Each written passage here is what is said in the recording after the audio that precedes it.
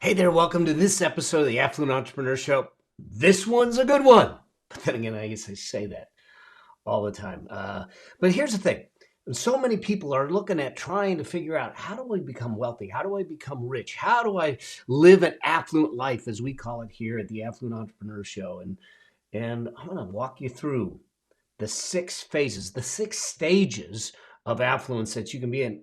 And let's figure out where you're at and what to do next. All right? So stay tuned. This is the Affluent Entrepreneur Show for entrepreneurs that want to operate at a high level and achieve financial liberation. I'm your host, Mel Abraham, and I'll be sharing with you what it takes to create success beyond wealth so you can have a richer, more fulfilling lifestyle. In this show, you'll learn how business and money intersect so you can scale your business, scale your money, and scale your life while creating a deeper impact and living with complete freedom. Because that's what it really means to be an affluent entrepreneur.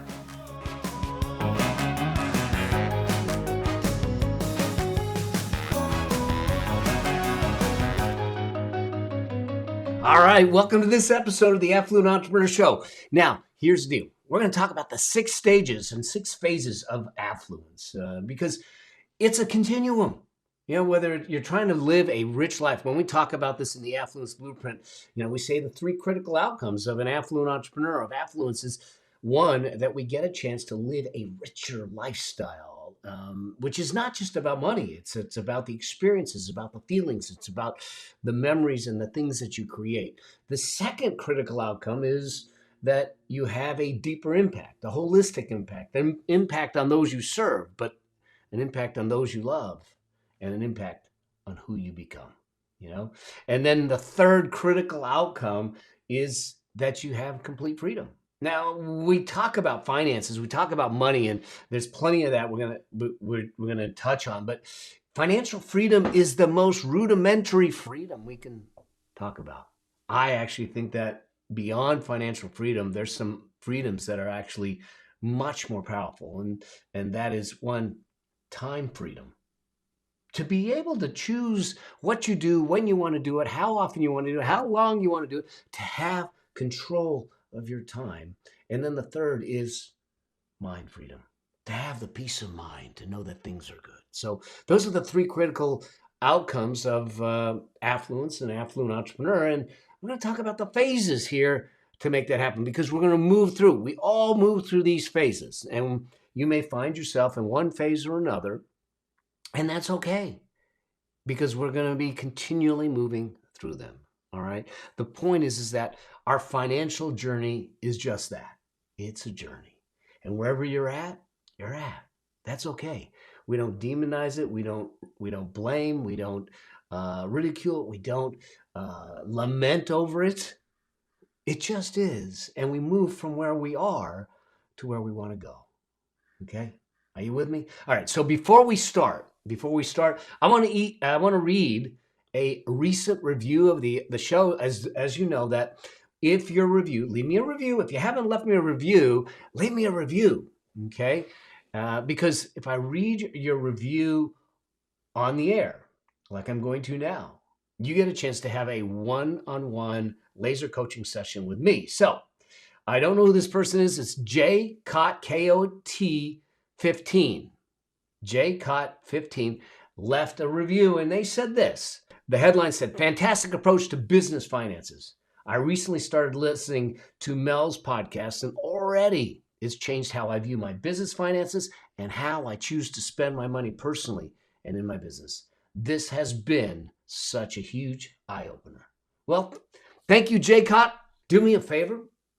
Reach out to success@melabraham.com. Let them know that I read your review on the air. We'll get something scheduled so we can do a laser coaching session for you. But you're right. This whole show is about you. It's about your business. It's the intersection of money, business, and life. And I'm hoping that we get a chance to start to look at things a little differently,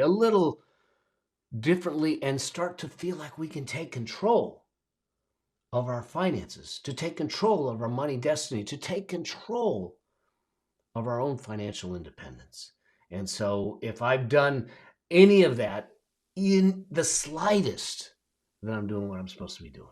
All right. So thank you, Jay Cott, and we will. I hope to hear from you, and we'll make sure that we get this done. And I look forward to chatting with you. All right, on to the show. Let's talk about this whole idea of the 6 phases of influence, and I've got a framework that I'm going to draw out for you. Those that are watching me on YouTube or on my website, you'll be able to see it. If you're on the podcast, if you're just audio, totally cool. Go to the show notes. We'll make sure that this is a downloadable graphic for you so you have it in front of you too. Here's the thing. The first idea is this, is that the first stage of affluence, the first phase of affluence is what I call creating an unshakable foundation. Here's the thing. We can't build a home. We can't build a building. We can't build a home or building if we don't have a good foundation. And too often, we don't have a good financial foundation. And a lot of it is, it's not your fault. The fact of the matter is that most of our lessons are financial lessons. Unless you're listening to this show or you're studying any of it, most of our financial lessons are caught, not taught. In fact, we observe our family, we observe our loved ones, we observe society, we observe the media, and we get the lessons from there. But the problem is that we're getting the interpretations of the lessons and not the true lessons. And so one of the things we need to think about is, how do we create an unshakable foundation? There's a couple things to consider as we start to move through this. And when we look at this idea of unshakable foundation, the way to consider is this, is under the unshakable foundation, there's 3 things I want you to think about. The first is this, is that you raise your awareness. Hey, listen, y'all are listening to this. Y'all are watching this. Y'all are on this journey with me. So you're raising your awareness level. You want to raise your awareness to the things, the choices, the habits, the decisions that you're making, and how they impact your financial future. Here, let me give you an example. Just this week, I happen to be going in to get a haircut, which, as the days go by, it seems like these haircuts take less and less time. I guess it's because there's less and less hair. I don't know, but I digress. And I was sitting there, and the guy that does my haircut starts talking about a buddy of his. And he says, my buddy, because he knows what I do. And so we talk money and we talk about finances and his wealth creation and that type of thing. And he says to me, his buddy just spent $5,000 on a watch. And I go, really? So does your buddy make a lot of money? And he said, no. How old's your buddy? He says, 23 years old. So this 23-year-old who doesn't make a lot of money dropped $5,000 on a watch. And I asked him, I said, why? Is he a watch collector? He says, no, he just wanted to look cool in front of his friends. He wanted to look cool in front of his friends. Well, this is the whole thing of keeping up with the Joneses. This is the challenge with our social media society, the comparisons we do, and people parading their Lambos and their planes and their perfect lives on social media. We tend to make decisions based on comparison versus based on rational and sound financial thinking. And so I said, let me do some math for you. Every dollar that you put away at an average market return at age 20 turns into approximately $85, $88, $90.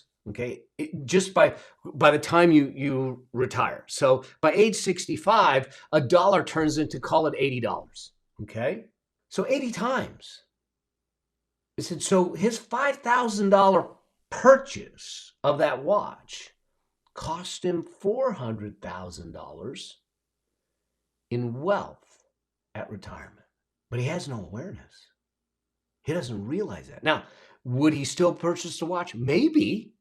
But if with that awareness, would he make a different decision?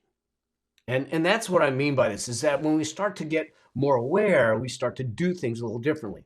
that leads me to the second piece of this unshakable foundation is this. It's education.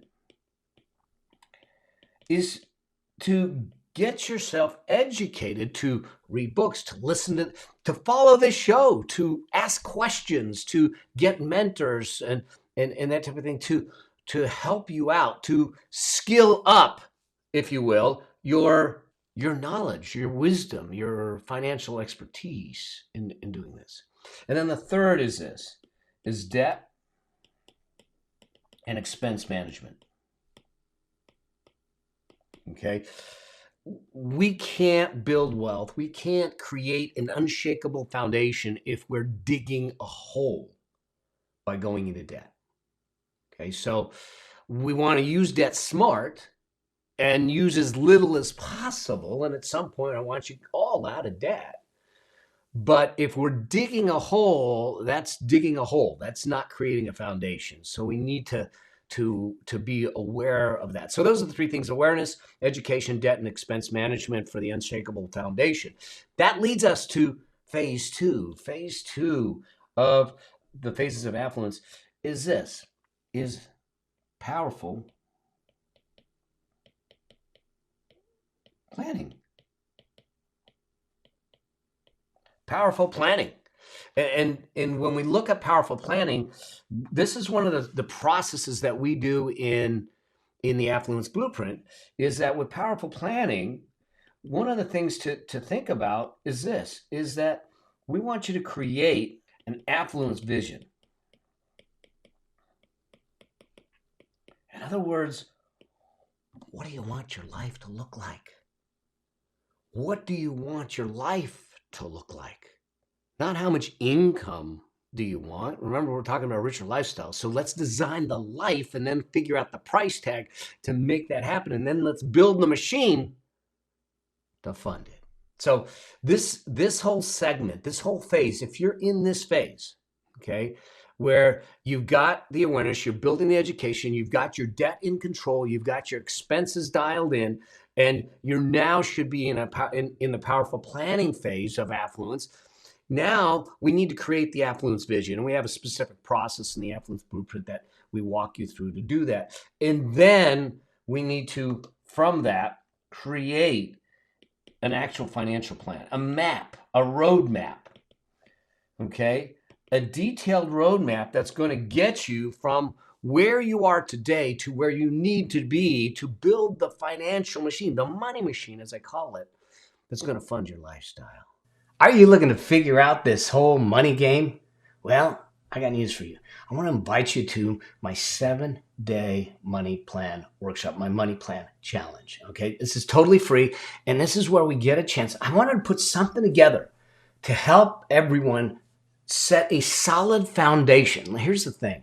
If we're truly going to change our financial destiny, we need to have a rock solid, unshakable financial foundation. And so join me for 7 days, and we're going to walk through everything from figuring out the money mind stuff to understanding some numbers, understanding what your target is, structuring, the plan, figuring out how to deal with your debt. What do you do first? How do you ratchet your income? We're going to take one element of each thing on each day, work it through in an action guide and workbook with tools and tactics to make it happen. And so all you got to do is go to themoneyplanchallenge.com, sign up for free, and go through the training. This is my gift to you for being on this journey with me. And hopefully what we do in that process is we set you on a solid foundation. So as we have more and more conversations, we can change your financial trajectory and destiny together. And I look forward to seeing you there. Cheers. That leads us to phase 3. So we now have the vision, we now have a plan, and now we have our roadmap to work from. Well, that leads us to phase 3. And phase 3, this is all about methodical execution. Methodical execution. All right, what do I mean by this? This is really important to consider. So when we talk about execution, we got to do something, okay? We can talk about it, we can read about it, we can listen, we can watch the show, but if we don't take action, we're not going to get results. Remember, this whole idea of wealth creation and wealth building, it's a behavior issue. It's a habit. It's a choice. So execution is a parade of actions, action steps. Execution is the use of your habits. It's your behaviors in place. And so the first element, obviously, is to sit back and say, let's take action. Okay. So execution, the first step is action steps, if you will. What are the action steps? Breaking it down. Now we break it down into 90-day increments to start to build a 10-year plan and beyond. So execution, methodical execution starts with specific action steps. Second is that we then make it easy by creating automation. We then turn around and say, what are the elements of the action steps that I got to do that I can just automate, that I can just like automatically invest, automatically pay bills, automatically save? Because the less friction there is in my wealth creation, my money machine building, my affluence life, the easier it's going to be. Out of sight, out of mind, create automation. And then the third is that we want some level of measurement metrics. We need to know what numbers that we need to measure so we know, are we on plan or are we off plan? Are we hitting it? Are we not hitting it? So you can't tell whether you are on track if you're not measuring and tracking it. That's why we have scorecards and dashboards in the Affluence Blueprint. So you have this one sheet that you can follow to make sure, oh, I'm on track, I'm doing well. So when it comes to methodical execution, we need to have action steps, we need to have automation, and we need to have measurement metrics. Now, depending on where you are in these phases, you may not have this in place, but this becomes your checklist of what you need to focus on to get in place to go through the phases of affluence. Then we went from methodical execution to a different type of execution. And that different type of execution is now we're going to go into deliberate execution. And when I say deliberate execution, this is more about how we're building the machine in here than anything else. We're literally trying to build the machine. And the way we do that is first by making sure that we have the proper, so let's just look at deliberate execution. So the first thing is to make sure that we have the proper asset allocation, okay? Especially where we are today in the world. Your asset allocation is going to save you from the volatility. It's not going to completely eliminate it, but one of the things to consider is, what are you investing in? How are you investing in it? So we need the right asset allocation, and we need the right diversification, okay? And that asset allocation and diversification is all going to come from your risk tolerance and your risk capacity, your ability to tolerate risk, then where you stand, but your ability to sustain yourself during volatile times. That's the capacity part of it. So once we know that we've got the plan in place and we're starting to execute, we're setting up automations to save and this and that, now we start to look at it and say, all right, what's the proper asset allocation? How do I want to diversify it in conjunction with what your risk profile is and your risk capacity is? Okay, your level of risk tolerance. That now leads you to phase number 5 in there. And phase number 5 is kind of cool. We start to look at things in a different light, and that is generous affluence. Generous affluence. This is kind of where, I mean, this is a fun phase to be in because you're living your plan. Okay, so number 1 is you're living your plan. Number 2 is you become a role model to those around you, okay?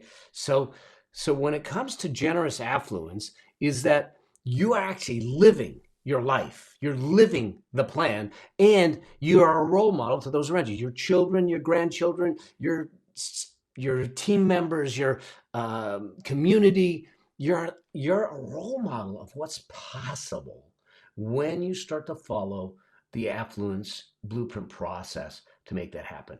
And so this is the stage where you really start to ramp up also your charitable causes you get behind.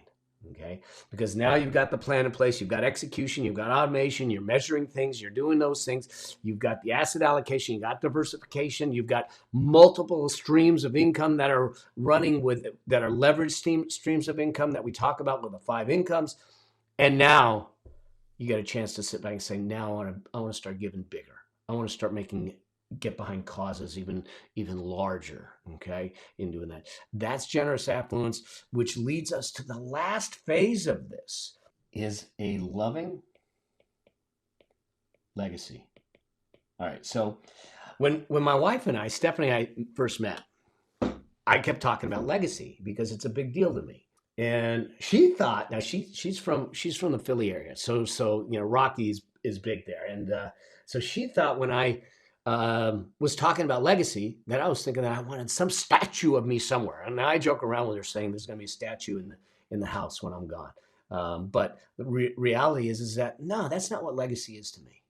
Legacy isn't what you leave behind when you die. Legacy is what you create in the moment you interact with someone. So right now, for those of you that are watching or listening, we're creating legacy because we're interacting. And if I can turn a light on in your mind, in your heart, in your soul, then we've created legacy together. When you go home and you talk to your wife or your husband or your child, you have the ability to create legacy because you shift their mind, you shift their heart, you shift their soul. So at this level, this is where loving legacy becomes really important because now we're sitting back and saying, let's go beyond this. So there's a couple things to consider in this final six phase of legacy of affluence. And the first is this, is making sure now that you have the proper trusts and wills in place. I can't tell you how many people don't have this stuff in place. I know it's a pain in the butt. You got to deal with attorneys, you got to deal with accountants. However, here's the thing. God forbid something happens to you and you don't have this stuff in place, then the decisions about what happens with what you created are left to the courts and the government. And those are the last people we want to control our legacy.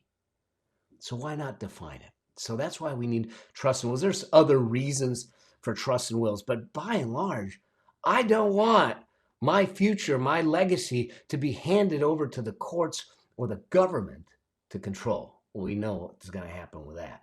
So number one is trust and legacy and wills. Then it's really a matter of having a protection in place. This is why one of the core pillars of the affluence blueprint is insulate. How have you protected the assets? How have you protected your money machine? How have you protected your family? What kind of insurances? All those things. We want to make sure that we have the proper protection mechanisms in place at this point to protect the legacy in there. And then our focus at this stage is really about preservation.